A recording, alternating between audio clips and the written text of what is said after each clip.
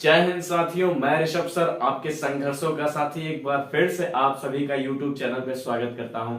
इससे पहले आप पूरे मुगल के हिस्ट्री के बारे में जान चुके हैं मेरे द्वारा। मैं एक एक राजा पूरे शासनकाल 1526 से लेकर 1707 के बीच जितने राजा आए, बाबर टू औरंगजेब, सबको पिछले वीडियो में बता चुका हूं। अगर आपने नहीं देखा है तो उसको जाइए देख लीजिए और सेशन को लाइक, सब्सक्राइब और शेयर भी कर दीजिएगा। चलिए आज हम पूरे बाबर टू औरंगजेब, मुगल के जो प्रशासन थे, वो विशाल नौकरशाही थी, उसके बारे में चर्चा कर लेते हैं। और जोश में पड़िएगा साथी, हारेंगे नहीं दोस्त। इतने कठिन सफर को चल रहे हैं हम, और ऐसी कठिन कठिन जगह से आए हैं कि हम हार ही नहीं सकते। हम लोग विजय प्राप्त करने के लिए जन्मे ही हैं, क्योंकि ये जो सिलेबस है आपके जीवन में पड़ रहे तानों से बहुत बड़ा नहीं है। मतलब आपको जो ये ताने मिलते होंगे और ये जो जवानी में बेरोजगारी दिखती होगी, इससे बड़ा तो ये सिलेबस नहीं है। तोड़ के रख देना है साथी। चलिए जोश में पढ़ते हैं, आइए एक एक करके समझते हैं। सबसे ऊपर क्या होता था? निरंकुश बादशाह। राजा साहब जो कहें, मतलब बादशाह सलामत जो कहें, एकदम निरंकुश था वो, मतलब उनकी बात सर्वोपरि है, वही सब कुछ है। जैसे ठीक, तो जैसे आज आप पढ़ रहे होंगे, सबसे ऊपर केंद्र है, सेंट्रल की पावर है, उसके नीचे स्टेट है, स्टेट के नीचे क्या है? डिस्ट्रिक्ट है, डिस्ट्रिक्ट के नीचे ब्लॉक, ब्लॉक के नीचे ग्राम, ग्राम, मतलब पूरा एक चेन बन रहा है ऊपर से नीचे तक। वैसे उस समय भी था। सबसे ऊपर केंद्र, केंद्र के नीचे प्रांत। मैंने नीचे नीचे करके नहीं, एरो एरो बना के लिखा है, क्योंकि आपको समझाने के लिए बहुत ही सरल तरीका मैंने चुना है। एक एक करके छोटा छोटा करके समझना है। तो प्रांत के नीचे क्या था? जिला, जिला के नीचे परगना, और परगना के नीचे ग्रामीण प्रशासन था। चलिए एक एक करके समझ लेते हैं कि कहाँ कौन कौन पोस्ट पे कौन बैठा हुआ था। छोटी छोटी परीक्षाओं में ये पोस्ट ही बहुत पूछता है, और ये पूछता है और आप लोगों को परेशान करता है। इतिहास इसलिए कठिन नहीं है क्योंकि इतिहास कठिन है, नहीं, वो प्रशासन में आए हुए छोटे छोटे पोस्ट उस पेपर को कठिन बना दे रहे हैं। जैसे अभी आप देख रहे होंगे, किसी परीक्षा में पूछ ले, मीर बख्शी जो मुगल प्रशासन में थे, उनका क्या कार्य था, ठीक, या सदरुल सुदूर मुगल प्रशासन पे इनका क्या क्या कार्य था। ये सब छोटे छोटे परीक्षाओं में पूछता है और आप फंस जाते हैं। तो आइए एक एक चीज को कायदे से पढ़िएगा और एक एक कॉन्सेप्ट को क्लियर करके जाइएगा, दोबारा कहीं पढ़ना ना पड़े। तो ऊपर सबसे पहले केंद्र में कौन बैठता था? बादशाह। सबसे ऊपर बादशाह, इन सब के ऊपर बादशाह, मतलब सबसे महत्वपूर्ण बादशाह सलामत। और नीचे उसके, मतलब उसी केंद्र में ही थोड़ा नीचे कौन था? उनका डिपार्टमेंट। उस डिपार्टमेंट में कई सारे पोस्ट थे। जैसे पहला पोस्ट था वजीर का पोस्ट, वजीर को वकील साहब भी कहते हैं, वकील का पोस्ट या वजीर का पोस्ट, ठीक। दूसरा जो डिपार्टमेंट था वह था दीवाने आला। दीवाने आला में कौन बैठता था? वित्त मंत्री बैठते थे, ठीक। तीसरा पोस्ट था मीर बख्शी का। मीर बख्शी बहुत महत्वपूर्ण है, मीर बख्शी याद रखेगा। मीर बख्शी सैन्य विभाग था, ठीक। और कौन कौन सा विभाग था? खानसामा। खानसामा में कौन? खानसामा विभाग को दो भागों में विभाजित किया था, एक तो दरबारी, दूसरा कारखाना। क्योंकि खानसामा आप समझ रहे हो, खाने से भी संबंधित हो सकता है, और खान खुदाई, जो खान होता है, मिनरल जहां से निकलते हैं, उससे भी संबंधित है। तो जो दरबार के अंदर खानसामा, उनको खाने समझ लीजिएगा, और जो खुदाई और मिनरल से संबंधित है वह खानसामा कौन है? कारखाने से संबंधित है, ठीक। इसके अलावा सदरुल सुदूर, इतने विभाग केंद्र में थे। सदरुल सुदूर न्याय विभाग है, ठीक, जहां न्यायालय, न्याय जहां होगा, सदरुल सुदूर विभाग वहां पे है, ठीक। इसके अलावा प्रांतों में क्या क्या थे? प्रांत में कुल 4 विभाग थे, 4 तरीके के विभाग बनाए गए थे। तो उसमें कौन कौन से अधिकारी बैठते थे आपको ये देखना है। सूबेदार, सूबेदार क्या काम करते थे? प्रशासन का कार्य देखते थे, ठीक। दीवान, दीवान साहब का कार्य वित्त से संबंधित था। बख्शी, यहाँ भी बख्शी थे, जैसे मीर बख्शी वहां पे, वैसे यहाँ पे भी बख्शी थे, इनका काम सेना से संबंधित था। और सदरुल सुदूर का काम न्याय से संबंधित था। इन सब की चर्चा हो गई। ये प्रांत के अधिकारी थे, इनकी नियुक्ति डायरेक्ट बादशाह साहब करते थे, ठीक। जैसे नियुक्ति कौन करेगा? बादशाह सलामत करेंगे। केंद्र में ये सारे विभाग हैं, और प्रांतों में ये हैं। अब इसके बाद प्रांत से जो नीचे आता था वो था जिला। आपको जिला भी बहुत जरूरी है समझना। तो जिला में कौन कौन से थे, जिला में ज्यादा अधिकारी थे, इसलिए आपको ये ज्यादा समझना जरूरी है। तो जिला में पहले कौन थे, फैजदार थे। फैजदार का काम क्या था, कानूनी मामले को देखते थे फैजदार। दूसरा क्या थे, अमल गुजार थे। अमल गुजार लगाम वसूली करते थे। ठीक। तीसरा काजी साहब। तो जिले में आप काजी साहब न्याय करेंगे। जैसे आप देख रहे होंगे वर्तमान समय में क्या सिस्टम है, जिले में जिला कचहरी होती है। ठीक। और स्टेट में एक हाई कोर्ट होता है और पूरे देश में एक सुप्रीम कोर्ट होता है। वह न्याय व्यवस्था आज की आधुनिक न्याय व्यवस्था है। ठीक। तो एक एक करके इनको भी, जिला में क्या क्या प्रशासन था उसको भी समझ लेना है। काजी साहब का काम न्याय से था और खजानदार का काम खजानों के संरक्षण से था। ये खजाना का संरक्षण करते थे खजानदार। और सबसे इंपॉर्टेंट पोस्ट, आपको मजेदार पोस्ट आपको दिखाता हूं कौन सा था, वो था बिदकची का था।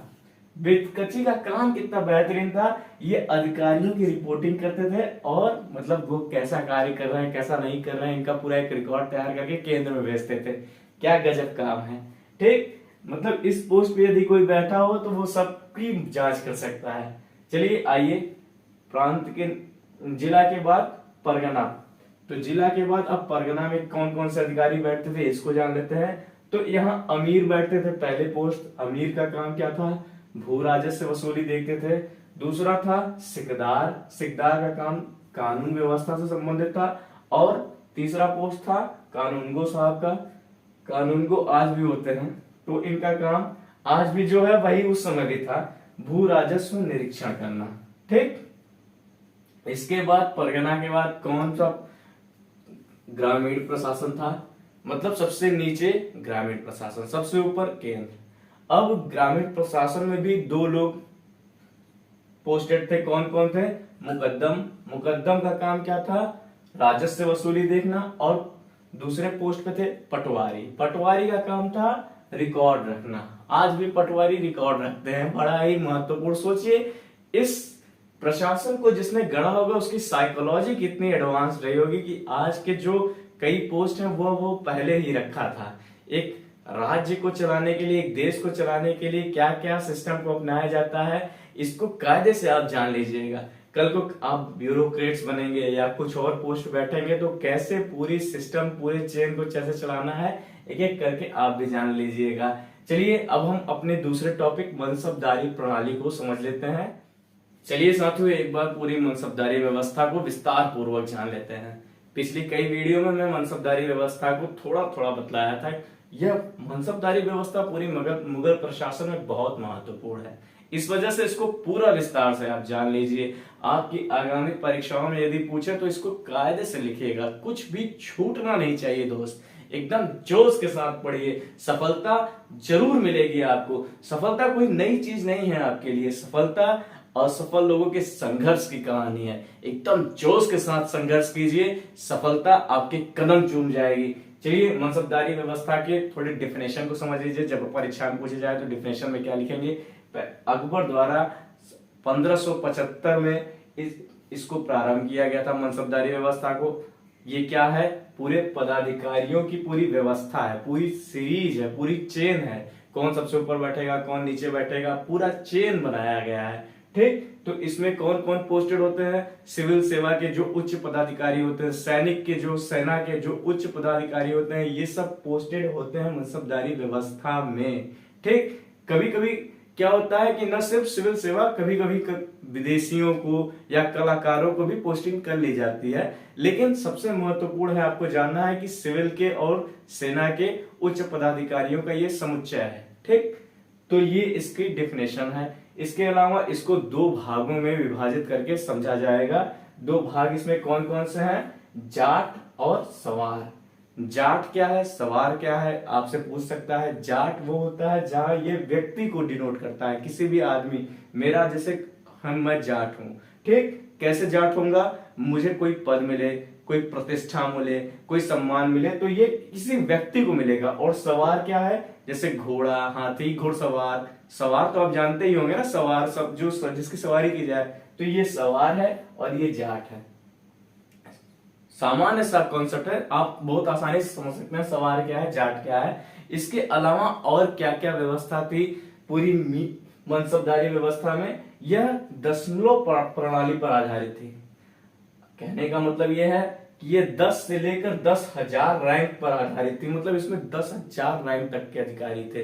पूरा 10 ऊपर के जो महत्वपूर्ण थे उनके बारे में, बाकी नीचे के पूरे चेन को समझिए कितना महत्वपूर्ण है। एक एक छोटी छोटी चीज आपके लिए इसमें जानना महत्वपूर्ण है। इसकी नियुक्ति कैसे होती थी? इसकी नियुक्ति होती थी मीर बख्शी की अनुशंसा पे बादशाह द्वारा। ठीक, तो किसकी अनुशंसा पे? मीर बख्शी। मीर बख्शी कौन होता था? सेना का उच्च अधिकारी होता था। आपको सैन्य विभाग के बारे में बताया था मुगल प्रशासन में। वीडियो कायदे से देखिएगा, एकदम रट ले जाइएगा सब कुछ। और इसमें एक नई चीज आपको और बतलाता हूं कि इसमें क्या होता था कि जो छोटे कभी कभी मनसबदार हुआ करते थे उनको बड़े मनसबदारों के साथ अटैच कर दिया जाता था, जोड़ दिया जाता था। लेकिन इसका मतलब ये नहीं है कि वो जो छोटे मनसबदार है वो बड़े मनसबदार के नीचे कोई नहीं है। ठीक, नीचे ऊंचे वाली व्यवस्था नहीं है। वह सब डायरेक्ट बादशाह सलामत को अपना क्या कहते हैं जो खाका बनाया है प्रस्तुत करेंगे, बादशाह सलामत को डायरेक्ट रिपोर्ट करेंगे, नीचे वाला कोई कॉन्सेप्ट नहीं है। ठीक, अब मनसबदारी व्यवस्था में मनसबदारों के जो काम थे, क्या कार्य करना पड़ता था इनको, ये थोड़ा समझ लेते हैं। पहला तो इनका काम भू राजस्व वसूली से संबंधित था, ये करके लाते थे भू राजस्व वसूली। दूसरा काम क्या महत्वपूर्ण था? बादशाह सलामत अगर कहीं लड़ाई उड़ाई करने जाए तो इनका काम था लड़ाई करने के लिए, चलने के लिए। बादशाह जाएंगे तो ये भी जाएंगे लड़ाई करने बादशाह के लिए, तो ये इनका काम था। और तीसरा कोई मतलब जैसे बादशाह द्वारा कोई काम दे दिया जाए तो वो भी इन्हें करना पड़ता था। ठीक, पूरी व्यवस्था इसी पे आधारित थी। इसके साथ साथ और भी इसमें जो एक कुछ महत्वपूर्ण काम औरंगजेब द्वारा जोड़ दिया गया था, उसको औरंगजेब द्वारा इसमें मशरूट जो कंडीशनल सिस्टम है उसको जोड़ दिया गया था।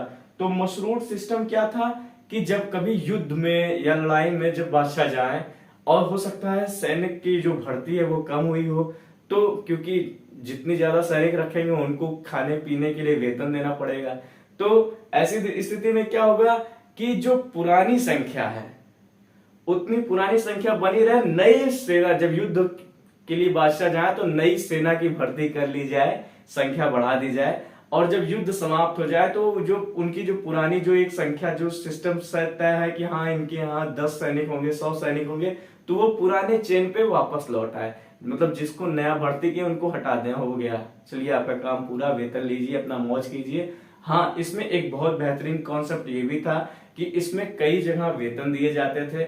जहां वेतन दे उनको नगदीय कहा जाता था, और जो क्या कहते हैं इसमें जहां भूमि दी जाती थी जिसे, उसे जागीर कहा जाता था। तो जागीरदारी व्यवस्था ये भूमि देने की वजह से यहाँ पर ऐड हो गई, वो भी व्यवस्था इसमें आ गई। ये इतना चीज इसमें पूरे मनसबदारी व्यवस्था में बहुत महत्वपूर्ण था, साथ ही इसको जानना आपके लिए बहुत जरूरी था। चलिए यही आज हमारा वीडियो कंप्लीट होता है, और सेशन को लाइक कीजिए, शेयर कीजिए, सब्सक्राइब कीजिए, अच्छा लगा हो तो, और मन लगा के पढ़िए, साथ ही एकदम जोश में। परीक्षाओं के लिए आपकी ऑल द बेस्ट। धन्यवाद, जय हिंद।